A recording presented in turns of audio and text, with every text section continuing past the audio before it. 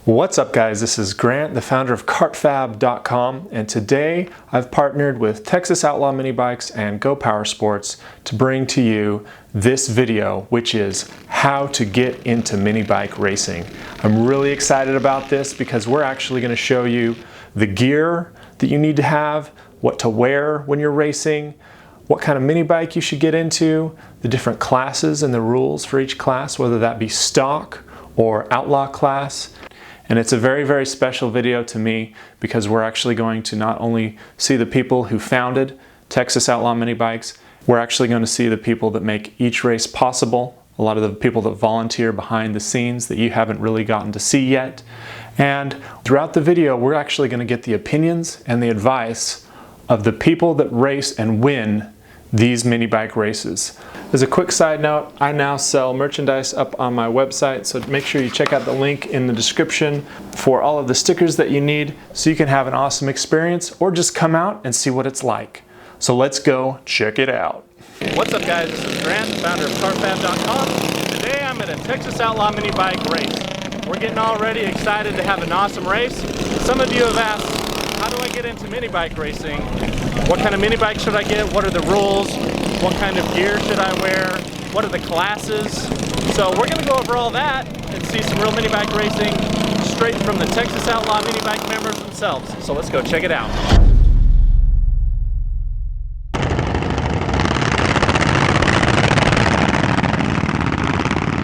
Okay, so I'm here with Mike Hughes. He's one of the OGs of Texas Outlaw Mini Bikes. All right, he is one of like the founding members, and he's going to explain a little bit something. You know, even though these are very well organized races, you know, there's something to be said of every member that comes here. So he's going to explain all that. All this can't happen without the volunteers, man. Just pan out over this way. Okay. You know, we got people working the track, working the flags, the boards. We need corner workers. It just can't. It takes everybody, you know. And we appreciate everybody that comes out and pitches in with us. You know, without their help, we wouldn't be able to do this. Especially the racers. You know, it's hard to race and do the organization. So this way, these guys got it covered. You know, Brandy's always our board. She takes care of us. She always keeps track of all our points, everything.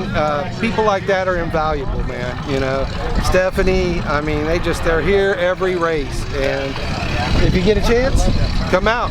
So first up, how do you get a mini bike, Russell? Well, you either go to Go Power Sports, they have deals sometimes, or where I bought most of mine is Craigslist, okay, or Friends of Friends. Friends of Friends, Facebook Marketplace. Facebook Marketplace, I bought a couple there as well.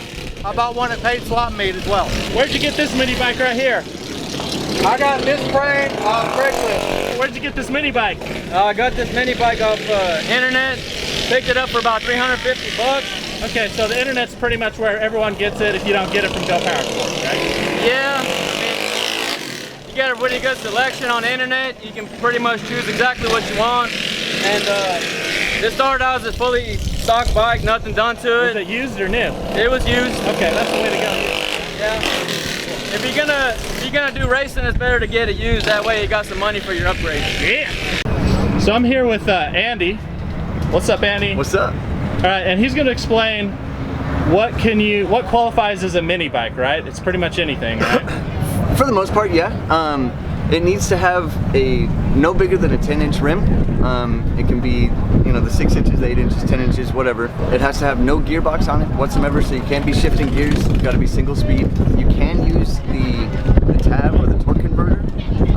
It's technically a gearbox, but it works. Or you can use a clutch, either way. And then it has to be pull start. So it can have electric start option, but it must be a pull start engine. Right, cool. What's the engine everyone puts on their mini bike? Typically a Predator. Predator or 212, Briggs. right? Yep. So go to Harbor Freight, get a Predator 212, pick up some parts from Go Power Sports, and then send it. Yep. All right, cool. So I'm here with Andy. All right, he's going to explain a little bit about what you need to wear if you want to race. All right, so if you're going to race, you got to have a helmet, you got to have long sleeve pants, long sleeve shirt, ear protection. If you want, that's optional. Helmet, if you want to be able to hear. Yeah. Gloves? You gotta wear gloves. Gloves is kind of optional, but gloves, long sleeve shirts, definitely. Okay. Boots, if you don't have a clutch guard, you gotta have boots. Okay. So, the one thing is a handlebar mounted kill switch. All right, awesome. Well, thanks, Andy. Appreciate it. I'm here with Tommy Jr., pretty much the points leader now. Woo! All right, so he's an outlaw. He's a true outlaw, wins a lot of the races. So what's the difference between stock and outlaw? If you want to be in an outlaw race, how do you get your bike to qualify? All right, the difference between stock and outlaw is basically your stock bikes, the engine has to stay sealed.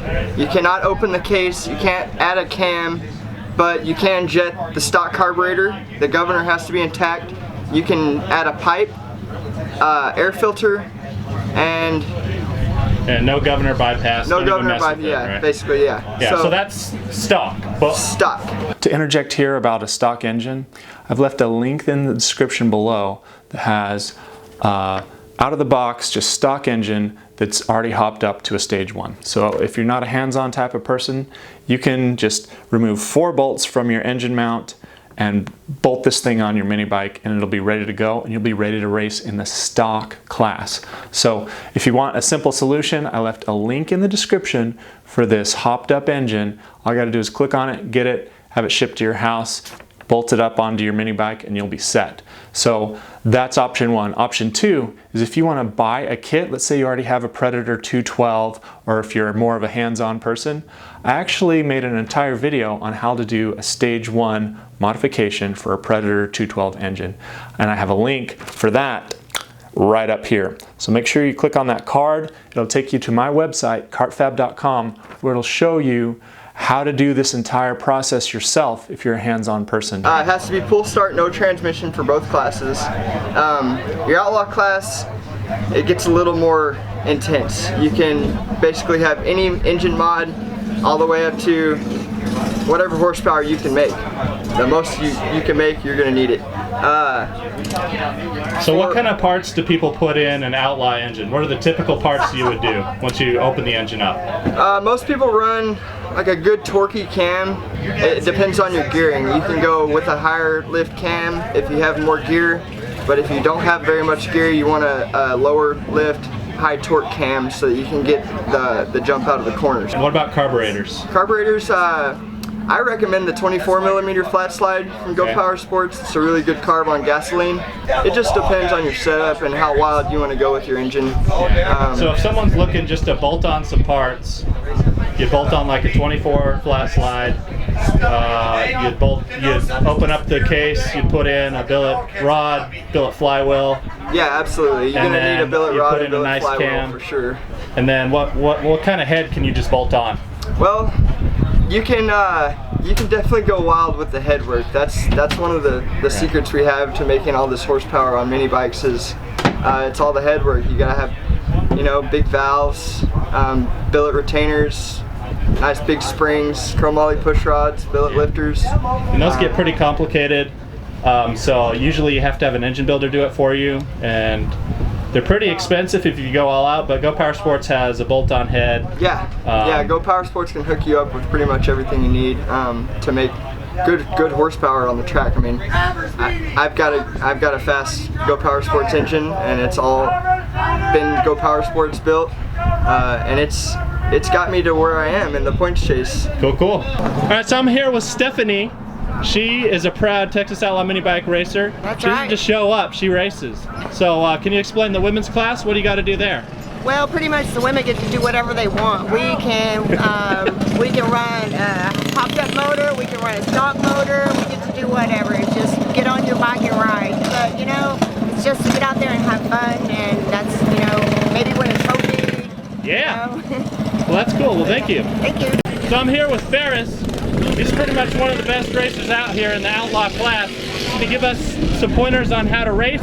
Well, first off, you want to get a bike, but you need some power, so you need to at least have good gearing. You want to have a good type of tire, and whenever you're on the line, you want to try to get the whole shot. Okay. But if you cannot get the whole shot, then you just want to try to get on the lead of the tire, or the rear of the tire, and then just watch this trail them, and just watch how they drive basically, and then just figure out if they're wide turns, you want to try to slow down and gun it in the inside so you can catch them on the inside. And the whole shot, for those that don't know, what is that? It's basically when you're all lined up in the starting line, you're basically the first one to get out of the hole.